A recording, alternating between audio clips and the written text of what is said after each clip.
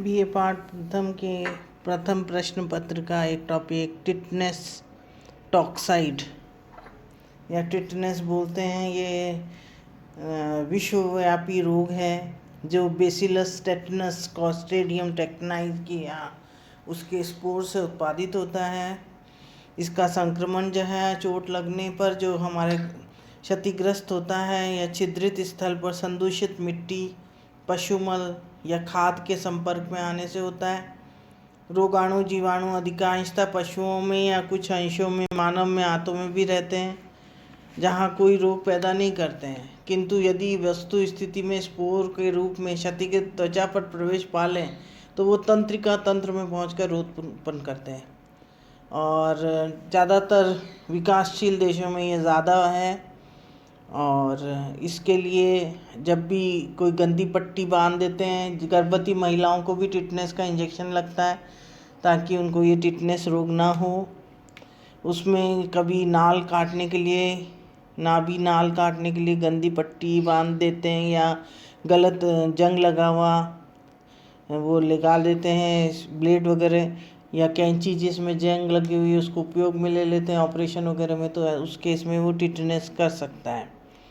और ज़्यादातर इसमें कई बार जो 6 महीने तक एक टिटनेस का इंजेक्शन कारगर रहता है और कई बार हमें पता ही नहीं चलता है कि हमने जंग लगी हुई सुई वगैरह चुभ गई है हमें और उससे हमारे को टिटनेस हो गया है। पहले रोगाणु बढ़ते हैं और पस बनती है, फिर उसके बाद में वो ज़्यादा फैल जाते हैं और तंत्रिका तंत्र को प्रभावित करते हैं। रोग जीवाणु एंटीटॉक्सिन पैदा करते हैं जो तंत्रिका तंत्र को प्रभावित करती है, जिसके कारण मांसपेशियों में संकुचन होता है, साथ साथ दर्द भी होता है। सर्वप्रथम जबड़े की मांसपेशियों में संकुचन होता है, फिर रोगी मुंह नहीं खोल पाता। उसके बाद गर्दन, कमर, पेट की मांसपेशियों में ऐंठन होने लगती है और धनुषाकार शरीर हो जाता है। समुचित उपचार के अभाव में मृत्यु भी हो सकती है। प्रतिरक्षण में जैसा डिप्थीरिया व टेटनस टॉक्साइड और पर्ट्यूसिस वैक्सीन का सम्मिलित टीका लगाया जाता है। टीका लगाने के समय संख्या एवं पूर्ण में संख्या जो है वो 6 महीने तक कारगर रहती है इसमें, और धूल और खाद वगैरह की वजह से होता है। टीटी का 0.5 ml 4 सप्ताह बाद 0.5 ml का टीका लगाया जाता है और उससे पूर्व इन परिस्थितियों में केवल एंटी टेटनस सीरम का 1500 से 3000 यूनिट का निष्क्रिय रोग निरोधक उपार्जन हेतु टीका लगाया जाता है। अब टॉक्साइड का टीका ही लगाते हैं जिससे विशेष सक्रिय रोग निरोधक क्षमता उपार्जित हो सके।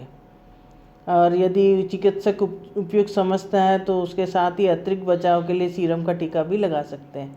आजकल पेनिसिलिन का टीका भी अतिरिक्त रूप में लगाया जाता है। गर्भवती महिला को गर्भ में 16 से 36 सप्ताह में टिटनेस टॉक्साइड का टीका लगाते हैं और पूर्व में यदि टीका न लगाया गया हो तो 2 टीके निर्धारित मात्रा में लगाए जाते हैं। अंतराल 1 माह का होता है।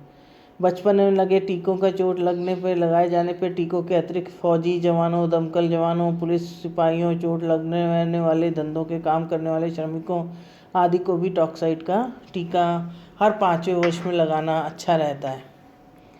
और जो ये टिटनेस है वे पृथक्करण और विसंक्रमण की आवश्यकता नहीं है, न तो इसमें विसंक्रमण होता है न पृथक्करण की आवश्यकता होती है और न ही संपर्क में आए व्यक्तियों को टीका लगाने की आवश्यकता होती है।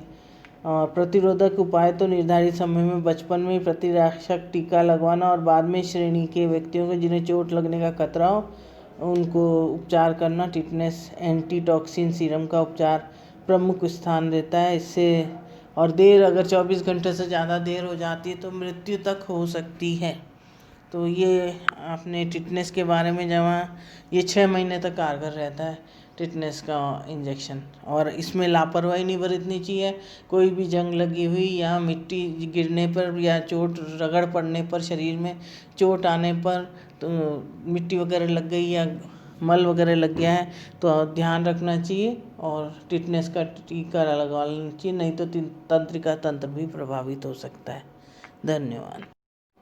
मलेरिया जो कि प्लाज्मोडियम श्रेणी के परजीवी प्रोटोजोआ से उत्पादित होता है। मादा एनाफिलीज मच्छरों से प्रसारित होता है। ये सदियों पुराना रोग है और मच्छर के काटने से ये फैलता है। प्लाज्मोडियम उसमें होता है तो वो फैलाता है इस रोग को। और अशुद्ध वातावरण, हवा फैलाने वाले रोग हैं। सभी का नाम मलेरिया रख दिया गया। और हमारे को ये हम देख सकते हैं कि प्रति माह एक बार करना पड़ता है, हमें स्वास्थ्य सफाई वगैरह करनी पड़ती है। डीडीटी और बीएचसी के प्रतिरोधक बढ़ाता है और उनकी छिड़काव वगैरह करते हैं। उस छिड़काव से लार्वा वगैरह मर जाते हैं। जहाँ पर भी पानी इकट्ठा रहता है या गंदगी होती है और ऐसी जगह जहाँ पर लार्वा बढ़ सकते हैं एनाफिलीज मच्छर के, तो वहाँ पर इसमें मलेरिया की तीव्रता बढ़ जाती है।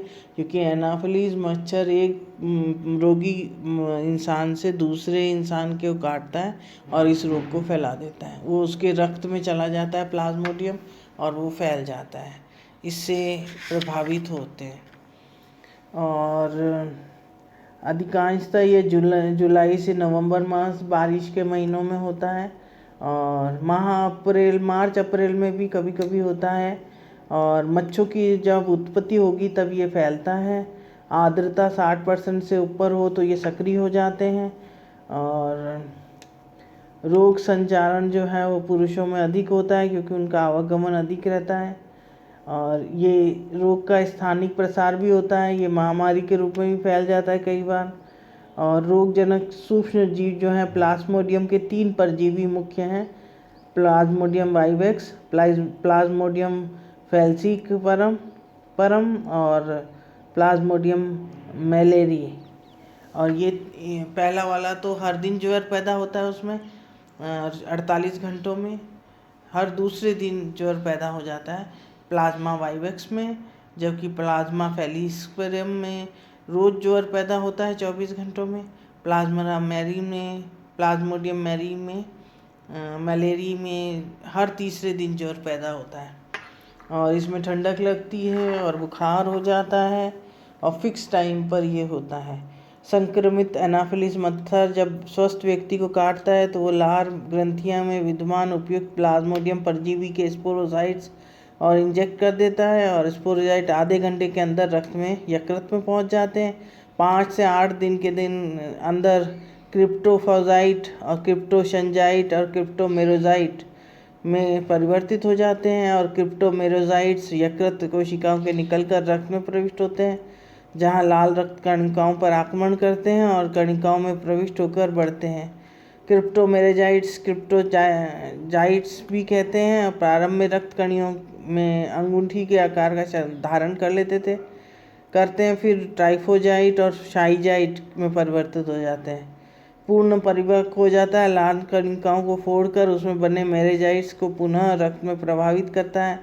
मेराजाइट जो है वो अन्य लाल कणिकाओं में प्रविष्ट होकर उसी प्रकार बढ़ते हैं और अधिकाधिक मेराजाइट्स पैदा होते हैं। मेराजाइट्स जब पर्याप्त संख्या में बढ़ जाती है तो अपेक्षित संख्या में लाल कणियों का आक्रांत करते हैं और जब ज्वर को लक्षण प्रतीत होते हैं तो प्रथम ज्वर के बाद भी परजीवियों का चक्र चलता ही रहता है। जब जब नए मरीजों को नई लाल कणिकाओं के आक्रमण होता है तब फिर ज्वर हो जाता है। और प्लाज्मोडियम फैलिस्परम में मेराजाइट और मेराजाइट में उत्पत्ति 24 घंटे में लेता है, वाइवेक्स 48 और मैलेरी जो है 72 घंटे में। इसलिए इनका उत्पादित ज्वर क्रमशः प्रतिदिन, दूसरे दिन और तीसरे दिन तक होते हैं। इस चक्र को अलैंगिक चक्र कहते हैं और मेरोजाइट गैमोसाइट्स में परिवर्तित होकर रक्त कणियों में बने रहते हैं और मच्छर के पेट में पहुंचने की प्रतीक्षा करते हैं। और इन परजीवियों को अलैंगिक जीवन चक्र 2 चरणों में होता है, प्रथम यकृत कोशिकाओं में और दूसरा एरिथ्रोसाइटिक साइकिल कहते हैं, दूसरा लाल रक्त कणिकाओं में जिसमें इरिथ्रोसाइटिक कहते हैं साइकिल। रक्त का लाल कणिकाओं को एरिथ्रोसाइटिस कहते हैं। और चक्र की अवधि वाइवेक्स में 14 दिन और फैलिस्पेरम में 12 दिन और मैलेरी में 28 से 30 दिन की होती है। और यहाँ इनका उद्भवन काल भी बनता है। और रोगी व्यक्ति जब गैमोसाइट्स की संख्या पर्याप्त हो जाती है तो मादा मच्छर के काटने पर नर मादा गैमेसाइट मच्छर के पेट में पहुंचते हैं और वहां लैंगिक मिलन होने के बाद मादा गैमेसाइट गर्भित होकर जाइगोट बनाते हैं और काइनेट कहते हैं उसे। और फिर ये जाइगोट मच्छर के पेट की मांसपेशियों में छेद कर पेट के ऊपरी झिल्ली के नीचे स्थित ओस्ट में परिवर्तित होते हैं और ये स्पोरोजाइट्स बनाते हैं, असंख्य स्पोरोजाइट्स बनाते हैं। और ऐसे संक्रमण मच्छर से स्वस्थ व्यक्ति को जब काटते हैं संक्रमित व्यक्ति, तो स्पोरोजाइट उनके शरीर में पहुंच जाते हैं और चक्र प्रारंभ हो जाता है। और इसके बाद लगभग 10 से 12 दिन लगते हैं इसमें।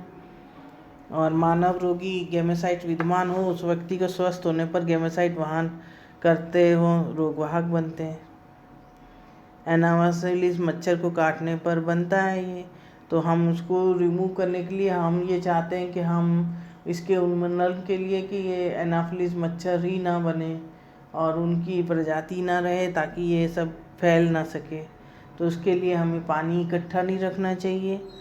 और जब तक रोगी में रोगवाहक व्यक्ति में गैमेसाइट्स विद्यमान रहते हैं तो समुचित संपूर्ण उपचार नहीं किया जाए तो प्लाज्मोडियम मैलेरी में गैमोसाइट वर्षों जीवन भर रह सकते हैं।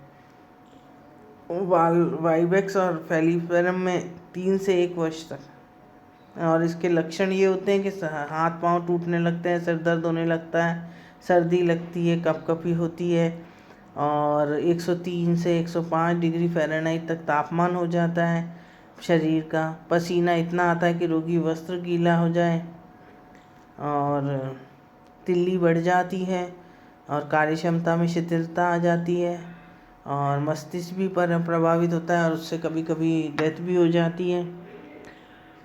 पृथक्करण और विष्क्रमण की आवश्यकता नहीं है। एनाफिलिस मच्छरों का नाश करने से ही प्रतिरोधक उपाय है और मलेरिया परजीवों को मानव संचारण रोका जा सके, श्रृंखला को तोड़ा जा सके और इसके लिए मलेरिया उन्मूलन अभियान भी चलता है और हम उसको इलाज के लिए उसको उपयोग में लाते हैं। तो ये थे कुछ रोगों के लक्षण, उद्भवन काल और उनकी प्रक्रिया। धन्यवाद।